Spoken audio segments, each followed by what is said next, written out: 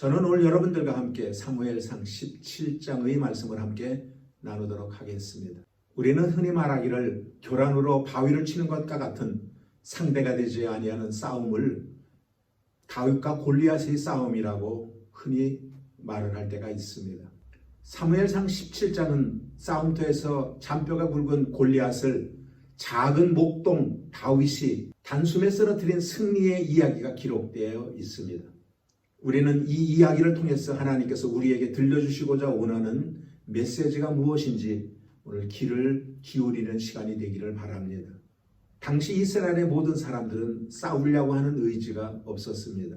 그러나 질 수밖에 없는 수많은 요인을 가지고 있음에도 불구하고 다윗 한 사람이 전쟁터에 나아가서 골리앗과 싸워 이길 수 있었습니다. 사랑하는 여러분, 그 비결이 무엇일까요?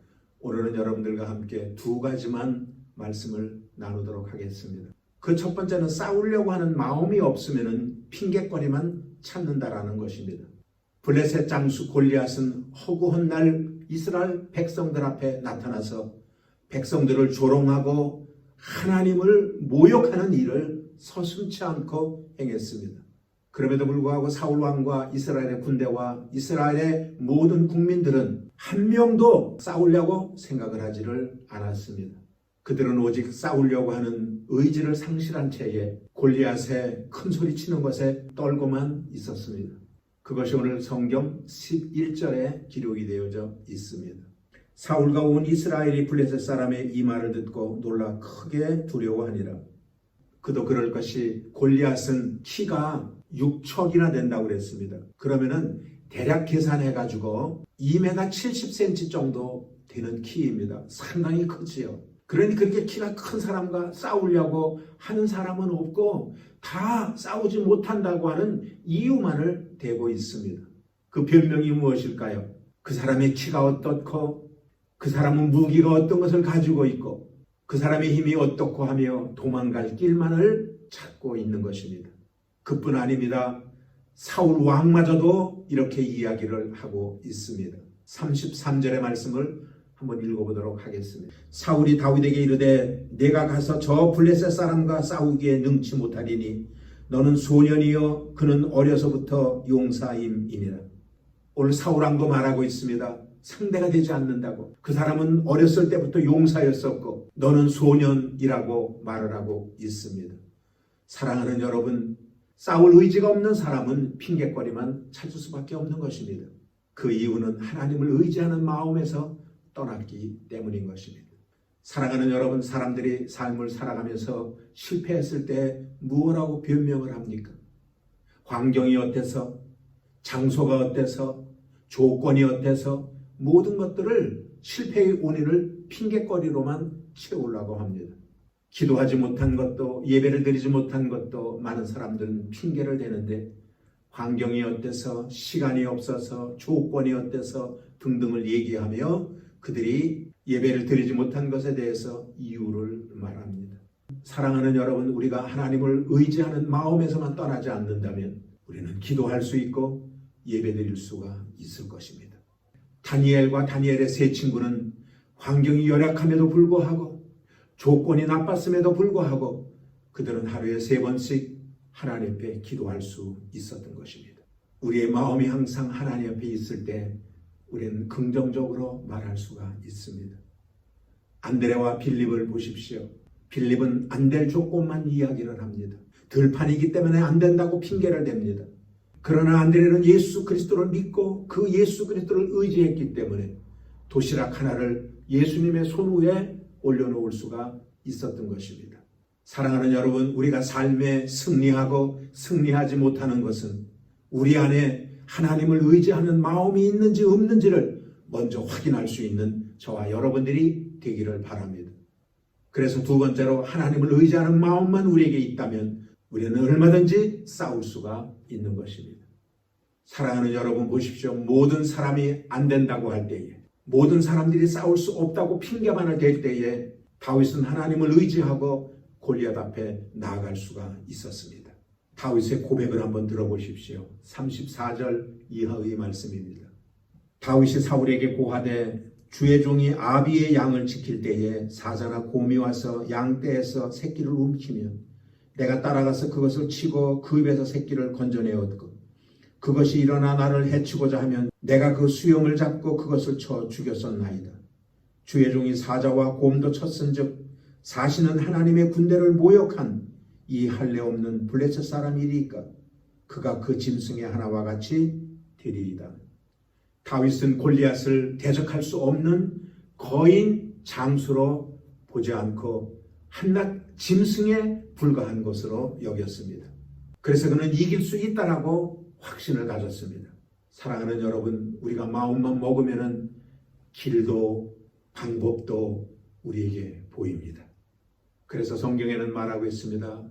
내게 능력 주시는 자 안에서 모든 것을 할 수 있느니라라고 말하고 있는 것입니다. 또한 할 수 있거든이 무슨 말이냐? 믿는 자에게는 능치 못함이 없다라고 말하고 있습니다. 싸울 마음이 없는 사울에게는 핑계거리만 찾아지지만 싸우겠다라는 생각을 가지고 있는 다윗에게는 그 앞에 어떤 방법으로 내가 싸우러 나가야 하는 방법까지도 그는 알게 되었습니다. 그래서 그는 골리앗 앞에 나아가면서 길에 떨어져 있는 돌 5개를 집어 전쟁터에 나갔던 것입니다. 사랑하는 여러분, 하나님의 능력을 의지하고 싸움터에 나간다면 돌 5개를 가지고도 이길 수가 있습니다.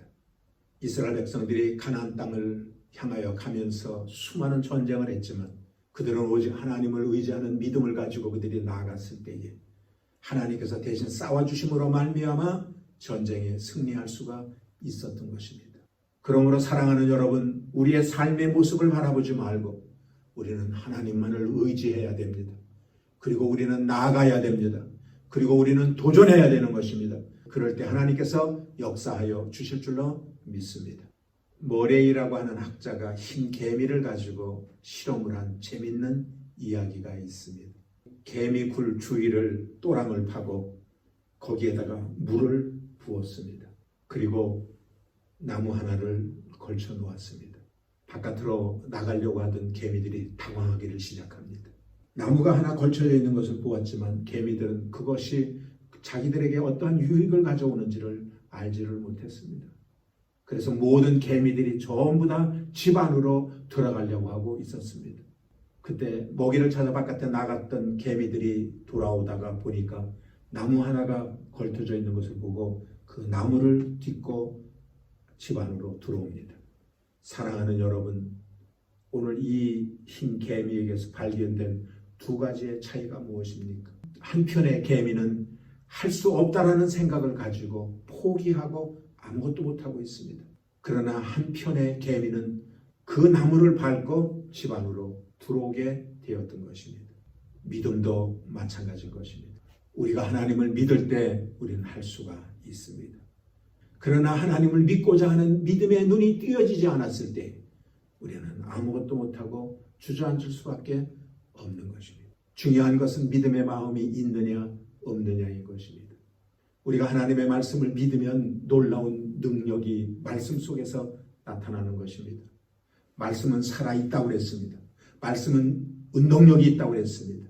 말씀은 우리들의 마음까지도 감찰한다고 그랬습니다. 놀라운 역사가 나타나는 것입니다. 그렇기 때문에 똑같은 말씀을 듣는다 할지라도 그 말씀을 믿는 사람과 그 말씀을 믿지 않는 사람과는 역사하는 것이 다른 것입니다. 오늘 사랑하는 여러분들이여, 하나님을 의지하십시오. 하나님의 말씀을 믿으십시오. 역사가 나타나게 될 것입니다. 그렇기 때문에 크리스찬들에게는 믿음의 마음이 있어야 되는 것입니다. 무릇 지킬 만한 것보다도 내 마음을 지켜라. 생명의 근원이 이에서 남이니라 라고 말씀을 하셨습니다. 우리의 마음의 밭이 옥토일 때에 거기에 하나님의 말씀의 씨앗이 뿌려져 30배, 60배, 100배의 열매를 맺을 수가 있는 것입니다. 그러나 돌짝밭이거나 아니면은 길가밭이거나 아니면 가시덤불에 바치면은 절대 열매를 맺을 수가 없는 것입니다. 하나님은 마음을 같이 하는 자와 손을 잡으십니다. 그리고 하나님은 역사하실 것입니다. 일을 행하시는 여호와, 그 일을 지어 성취하시는 여호와께서 놀라운 기적의 일을 이루어 가실 것입니다. 어린아이들의 국어 교과서에 삼년고개라고 하는 글이 실려 있습니다. 어느 동네에 삼년고개가 있는데 내려져 오는 전설에 의하면은 그 삼년고개 그 길에서 쓰러지면은 3년밖에 살지 못한다라고 하는 전설이 전해져 내려왔습니다. 어떤 연세가 좀 드신 분이 그 길을 지나오다가 부주의로 넘어지고 말았습니다. 그런 생각을 가졌어요. 나는 이제 3년밖에 살지 못하는구나. 그는 집으로 돌아와서 수건을 머리에다 싸매고 끙끙끙끙 거리면서 두문불출합니다. 밥도 안 먹습니다. 식음을 전폐합니다. 동네 청년 몇 사람이 그 집을 방문을 했어요. 할아버지, 할아버지 왜 그러고 계세요? 할아버지는 얘기를 합니다. 내가 3년고개에서 넘어져서 이제 3년밖에 살 수가 없단다. 그때 청년들이 뭐라고 전해주었습니까? 할아버지 아닙니다. 내 말을 좀 들어보세요. 한 번 넘어지면 3년밖에 살지 못한다 그러면 할아버지 10번만 넘어져 보세요. 그러면 30년을 더 사는 거예요. 할아버지가 그 이야기를 듣는 순간에 벌떡 일어나더랍니다. 사랑하는 여러분, 무엇을 우리에게 이야기해 주고 있는 것입니까? 우리의 마음속에 어떤 마음을 품고 있느냐? 하나님의 능력을 의지하는 마음을 가지고 있느냐?